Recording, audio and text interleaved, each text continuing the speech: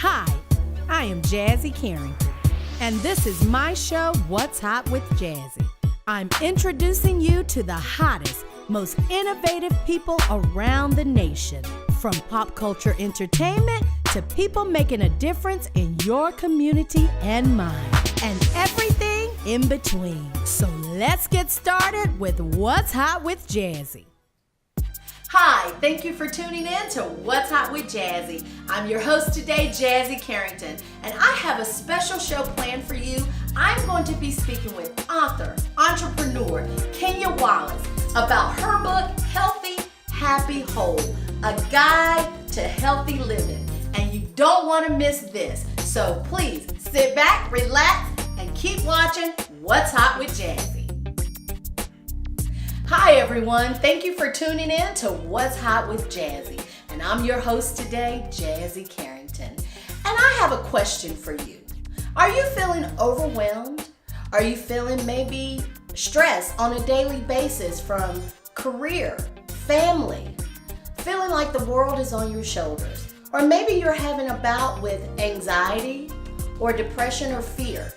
Well, today on What's Hot with Jazzie, if this is happening to you, we're here to answer those questions and concerns that you have. I'm here today with author and entrepreneur Kenya Wallace, and she has a new book called Healthy, Happy, and Whole, a guide to healthy living. So I would like to introduce you at this time to Miss Kenya Wallace. Hello. Hi, Kenya. How are you doing today? Well. I am so glad we are talking about this today. I have so many questions for you because this is something that seems to be affecting a lot of people in this country. Before we get into those questions, I want to read something to you. This was some of the statistics on stress alone.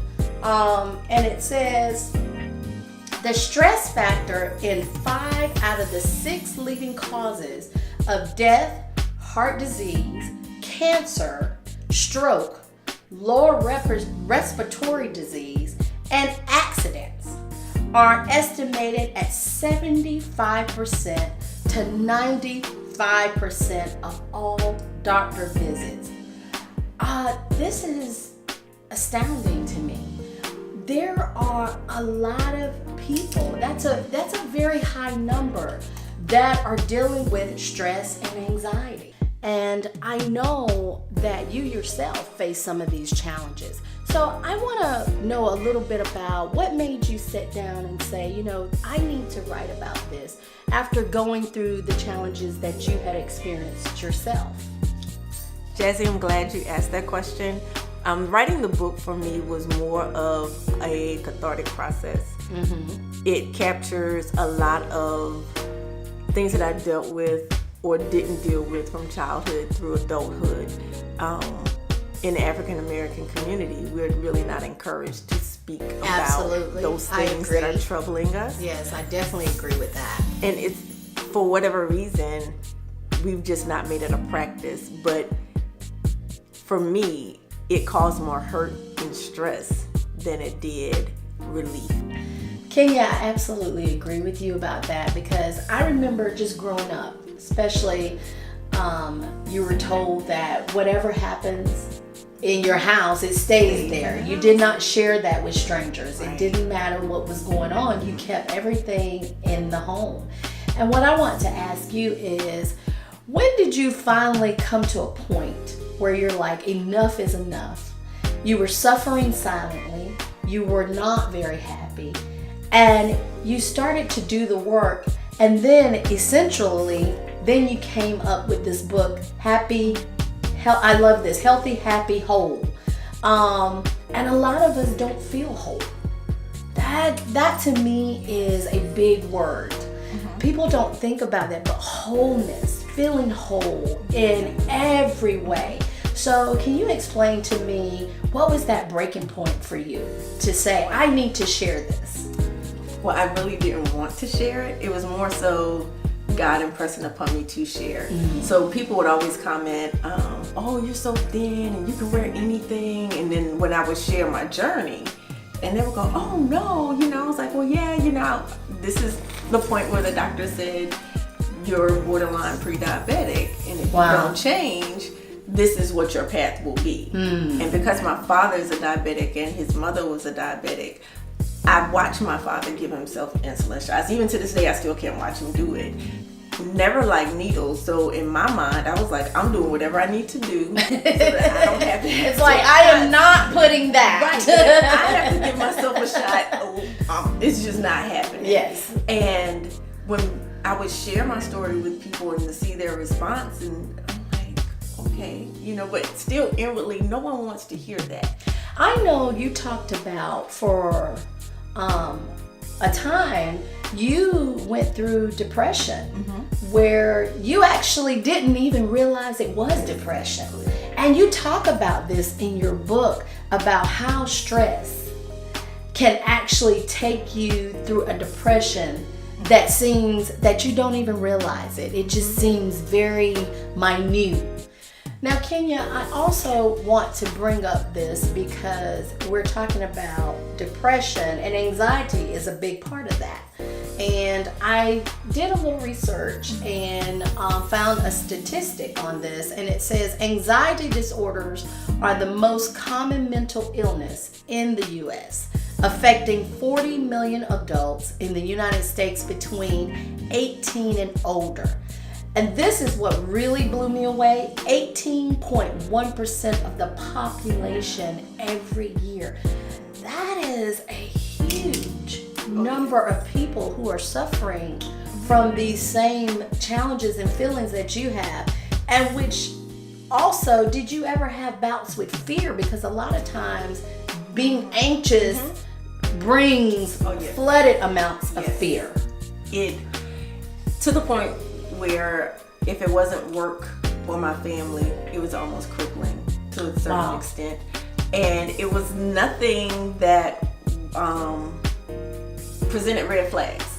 It was very subtle, whereas I was always outgoing, always wanting to travel, go different places with family and friends. Eventually, over time, I only wanted to be home. And when I was home, I was eating and sleeping. So you started isolating yourself. And not thinking anything was wrong with it because I was tired. And that's another effect of the anxiety. You're fatigued. And you just think, oh, I just need some rest. Well, one of the things you said was, I was happy, I was outgoing, but then you talk about in your book, and I love this chapter called Artificial Flavors. And Artificial Flavors actually talks about that when you were saying, I was happy, I was outgoing, everything was good. So I want to touch more on that. Explain to everyone about artificial flavors. Artificial flavors came about when I was actually thinking about just the things that we do to present a happy facade. It masks all the other things. So the example in the book that I used was a cupcake. And the ingredients, if the cupcake isn't made from scratch, are often artificial flavors that simulate real flavors. They give you that resemblance of the taste, resemblance of the smell, but it's not the real Not deal. very authentic. Exactly. It's like using imitation vanilla flavoring in the potato pie, and your aunt who makes them from scratch knows the difference. She's like, exactly. Vanilla, real vanilla. So it was the things in my life that I used. I always loved to dress, so I always made sure that I had the baddest outfits. I always had my nails and my toes done. My hair, of course, was a little bit longer than this, but I was and always it's beautiful. Thank you. I was always well put together. Yes. Outwardly, but inwardly is where the suffering was. Because as long as I was around people, because I didn't want them to think anything was wrong or to question, I was always on point. In the car, at home, the drain would come, the emotional drain would come, the fatigue would come, the feelings of, am I really good enough? Yes. And one of the things that I like that you said was that if you use that non-artificial flavor and you had to deal with that real authentic ingredient, ingredient, it may not taste as sweet, it may not taste as good. And that's why I say authenticity. Because it's people are struggling to really be their authentic self. Yes. And I think a lot of it is a fear of being judged, fear you're not measuring up, whatever that may be for you, because everyone has their different challenges, or as far as how they feel about themselves inside. But what I also want to ask you is about your chapter, Easier Said Than Done, because we want to talk about how can we start to change this process, to change these things that we're dealing with. What steps that we need to take, especially if you're dealing with stress, for one. I want to go over that. What is some of the things that people can do to help relieve stress?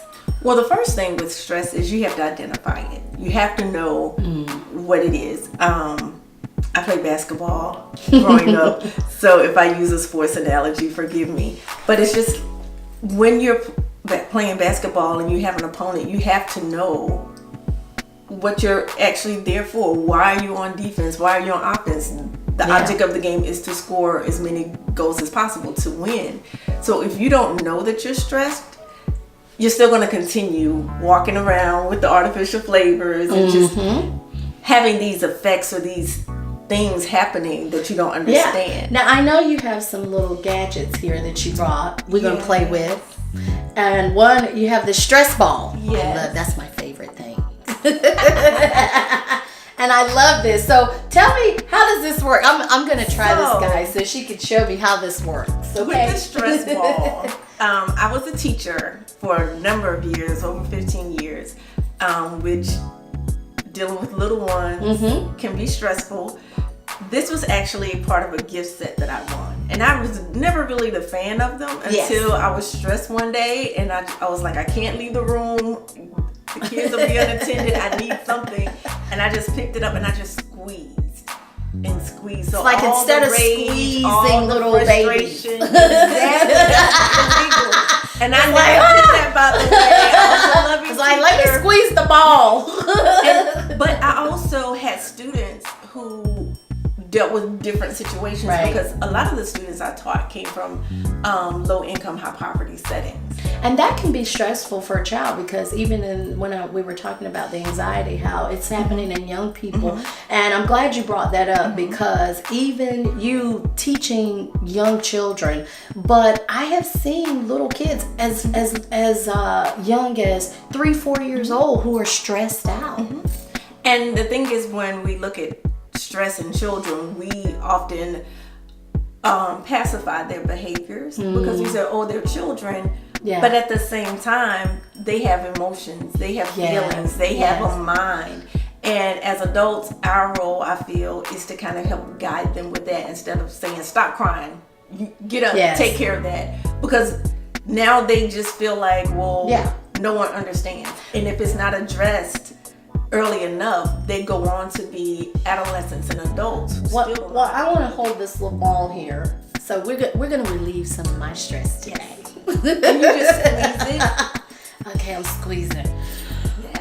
And just think about every ex-boyfriend or ex-husband. Now, it is not a projectile. Sometimes you're stressed and you want to throw something.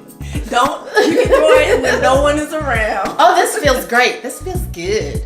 I'm feeling like I'm releasing my stress. And that's exactly the point of the stress ball. I love this. I'm one of the people, I don't know if you've ever seen the commercial. I can't remember what technology company it was, but they showed different people being frustrated, beating on the printer when the printer didn't work on the keyboard. That's me sometimes when I'm stressed. So the stress ball helps. Yes. Well, let me ask you. Also, we talk about, I really want to bring this up, the essential oils. Oh, gosh, yes. I want to talk about that, the different essential oils that you can use that you can put on places of your body that will actually help you relax. Yes. So so definitely I'm going to give you this back. So let's talk about the oils. So This is peppermint. Oh, my favorite. This gives you it's energy. really good. It gives you energy. Yes. You can either rub it like on your shoulders, on your temples. But what I want you to do is actually rub your hands together and just make a little cup like this. Okay. And then breathe in. Take a nice inhale.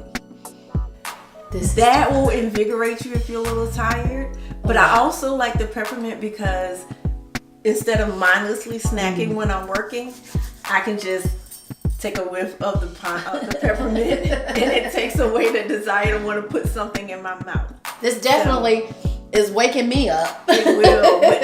And once if you Smells try it awesome. on your shoulders or the places where you're tense, you'll feel the cooling sensation. Oh, wow. And it feels so good. I love that. Now you have another one also. Yes. Now which so one I'm going to is ask this you to one? wipe your hands. Okay. This one is wild orange. Okay. Also, this one will really invigorate you. I'm going to give you that. Okay. So I can- And I'll just actually put that there. And I'm only going to do kind of one drop. Okay. And you do the same thing, Alrighty. but it's a little bit stronger. Okay. And you get a nice inhale. My. That will really pick you up. Oh my God, this is invigorating. And the good things about Oh, that is the essential fabulous. oils, if they're pure oils, you can place a drop or two in your water. So now, where can people find the essential oils? Oh gosh, they are pretty much everywhere. These are doTERRA oils that I ordered through a representative, but I've also gotten frankincense and myrrh oils from Whole Foods. Wow. So Okay. if you don't want to spend the money, the prices are comparable. So you can go to your local market basically and find these things. And quickly, Kenya, I know we talked about, talking with someone. It's very hard for us as African American, but I think too, as people as a whole, what are some suggestions you have for people who are dealing with these things, who they can talk to or go to? What's some suggestions that they can do? Well, one thing is to find someone that you trust, Yes. a close confidant, because again, we have to be careful with whom we share information. We want to make sure that we definitely guard our hearts, and the person that we share with, we want to make sure that they're guarding us as well. Yes. So you can start with your church, your pastor, a close friend. But if you feel like you're at the point where you need a little bit more, definitely seek professional counseling. There are a lot of great counselors, a lot of good Christian counselors available, but that's a good place to start. Yes. Well, Kenya, it has been my pleasure. I have really enjoyed this conversation, and I want everybody, please, Kenya, where can you tell them where to get this new book here, Healthy, Happy, Whole, a guide to healthy living? Where can we find this? You can find it on my website, KenyaWallace.com. And if you go to the Healthy, Happy, Whole tab, it's a brief excerpt about my journey, why I wrote the book, and there's a link that you can click to purchase the book. So you heard that. Go to KenyaWallace.com and look for Healthy, Happy, Whole, a guide to healthy living. This is definitely a good read. Kenya, thank you so much for joining me today. It's my pleasure. And thank you all again for watching What's Hot with Jazzie. I'm your host, Jazzie Carrington, and I'm out.